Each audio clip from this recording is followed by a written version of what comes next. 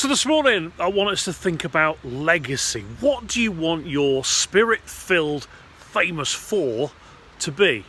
How are you allowing God to work in your life that will benefit and influence future generations? God hasn't given us this short time on earth to sit around. Let's be inspired to get up and be famous for a holy, selfless act where you're doing something not necessarily for you, but for the benefit of others.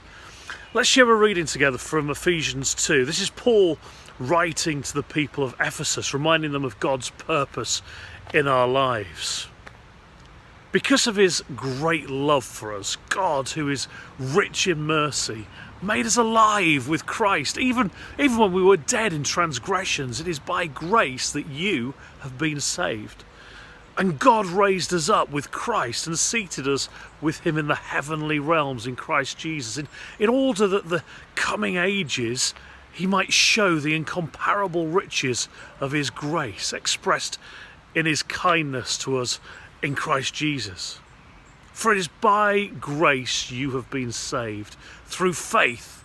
And this is not from yourselves, it's the gift of God, not by works, so that no one can boast. For we are God's handiwork, created in Christ Jesus to do good works, which God prepared us for in advance to do. It's amazing to believe, isn't it, that God has been preparing us for certain moments in our lives. I mean, it's weird to think how doing 25 years of nonsense stuff on the radio has equipped me with the skills to help families through one of the toughest times in their lives. This lady here is Professor Sarah Gilbert. She was born back in 1962 to a dad who worked in the shoe business and a mum who was an English teacher. She grew up in Kettering and became mum to triplets. So what has God used this lady for? What inspirational legacy will she leave behind for her 3 children and her friends? Well, God gave her an interest in science and biochemistry. And over 30 years after starting her working life in a lab, she became the lady who headed up the Oxford University team who developed the COVID-19 vaccine. Now, I'm not saying that we're all going to become Sarah Gilberts, but isn't it exciting to think that God has given us talents and skills to benefit and inspire people around us?